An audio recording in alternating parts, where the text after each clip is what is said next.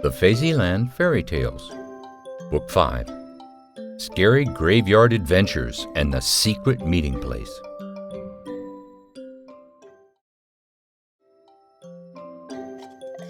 Everyone knew that Phasie was a good boy who loved to have his mother's oatmeal for breakfast, but few knew that what he loved even more was his grandmother's apple pie.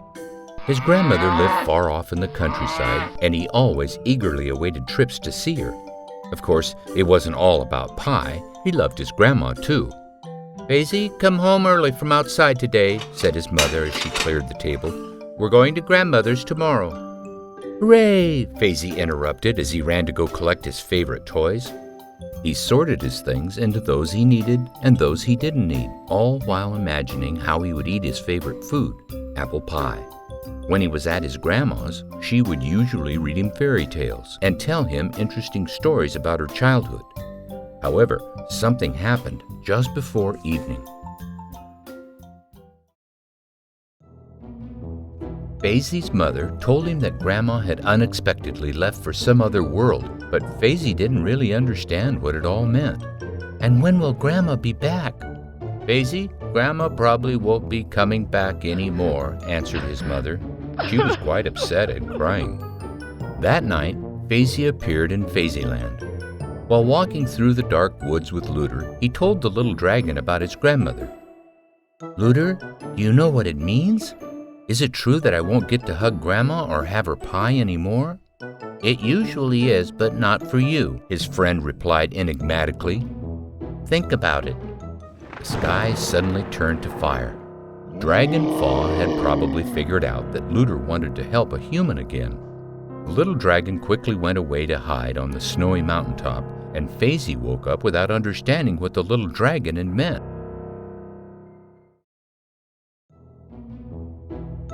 All day, Phasie and OOBE tried to figure out where deceased people go and what it means to die. "They probably fly away on airplanes to warm countries," supposed OOBE. "Then why can't we fly to see them on those same airplanes?" "Oh, you idiot, Phasie," OOBE snapped haughtily. "Because they don't say exactly where they go. How do we find them?" They wanted to ask Astra, but she didn't even want to look at them, let alone talk to them. When Phasie decided to employ the already tried-and-true method of pulling at her hair, he got a punch from Spar. Astra made every indication that Spar was now her best friend. Spar let her play with his expensive remote-control helicopter and ride his red bike. It made no sense to the boys that people could somehow just get up and go missing somewhere. How could it be? What Phasie couldn't understand most of all was why it was forever and why everyone was grieving, including his mother. "But there should be some way to see Grandma. Where else could I have that apple pie?" "You're a fibber. They told you. It's all over. There's no more Grandma and no more pie." "That can't be." "It's your Phasieland that can't be." That's it. Phasie nearly suffocated his astounded friend with hugs. "I'll find her there." OOBE simply laughed, but Phasie decided that he would eat that pie after all. Could it really be that difficult to find Grandma in Phasieland and ask her to make pie?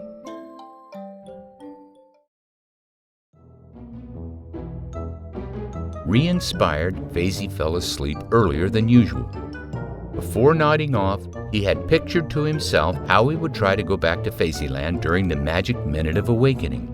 Upon awakening, he immediately began to imagine the other world where his grandmother had apparently gone. Within a few seconds, Phasie felt unspeakable horror and cold. He turned up in some dark forest. He could discern old graves and half-crumbled crypts by the moonlight.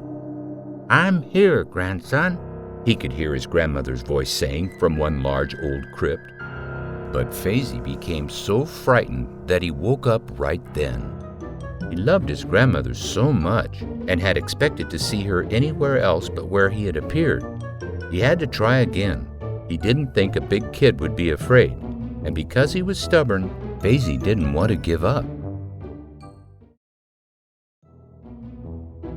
He woke up an hour later and tried again to appear next to his grandmother, but nothing worked. He then tried to levitate and instantly flew through his ceiling like a rocket. Phasie flew to the graveyard. He again felt a jolt of fear and cold as he approached. The moon lit up the old, huge crypt as if it were a floodlight. "I'm here, grandson," his grandmother could again be heard saying in a strange voice. "I'm coming, Grandma." So as not to offend his grandmother, Phasie tried to keep his voice from giving away how scared he was. However, he was not successful. As he began to open the crypt, the door unexpectedly squeaked, and a loud crow's call let out. The horror enveloping Phasie was so intense that he woke up in his bed at home. Phasie had never been so afraid in all his life. However, his perseverance was stronger than his fear. Unable to wait for the next awakening, he imagined himself at the graveyard in Phasieland.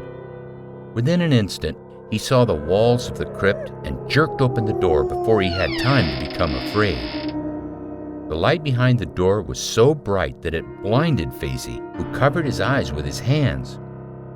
"This way, grandson," said the voice of his grandmother, which was still unpleasant and hardly familiar. Phasie quickly took his hands off his eyes and looked around. It wasn't his grandmother in front of him, but Fa. He immediately understood why it had been so scary. "You still won't see your grandma or eat her apple pie," hissed Fa threateningly, belching fire at Phasie. But nothing could stop Phasie anymore. Using the power of his mind alone, he parted the earth and made a huge hole in the floor of the crypt. Fa couldn't keep his balance and fell into the chasm with a groan. Drawing the chasm back together, Phasie thought, "Now you won't be bothering me any time soon." He then went up to the crypt's door and opened it, while imagining that his grandmother was behind it. Phasie immediately appeared in her kitchen in her house. His grandmother joyfully hugged him and sat him on the chair to eat some apple pie. "Oh, Grandma, it took a long time to get here today," complained Phasie with his mouth full of pie. "You're my best grandchild. Thanks for everything," she said with a smile, and began telling him funny and sad stories about her hard upbringing in the countryside. When Phasie awoke in the morning, he was happy that he could now eat his grandmother's pie while he visited her, and every day after that. But then a simply brilliant idea struck him. Why not find whomever he wanted in Phasieland? Phasie then made a list of everyone whom he wanted to see. It included superheroes from movies, enormous dinosaurs, famous athletes, and many others. While thinking over his list, Phasie went to the window and saw Astra outside. She was walking with a group of her female friends and cheerfully telling them something. "You'll be my friend there for sure," he thought.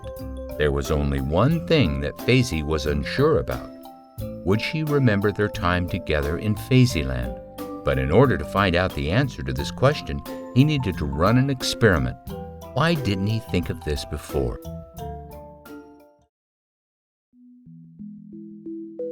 A few more words from Uncle Michael.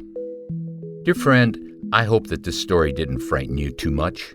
Although it's quite sad, it's also instructive and helpful at the same time.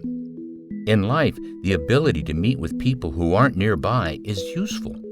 Now that you know that there is a place where you can find whomever you want, all that you have to do is simply try to see that person during the magic minute of awakening or find them behind any door in Phasieland.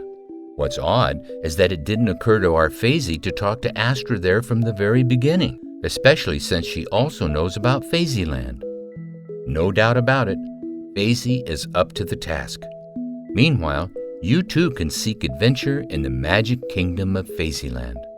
Get all 10 fairy tales online at www.phasieland.com.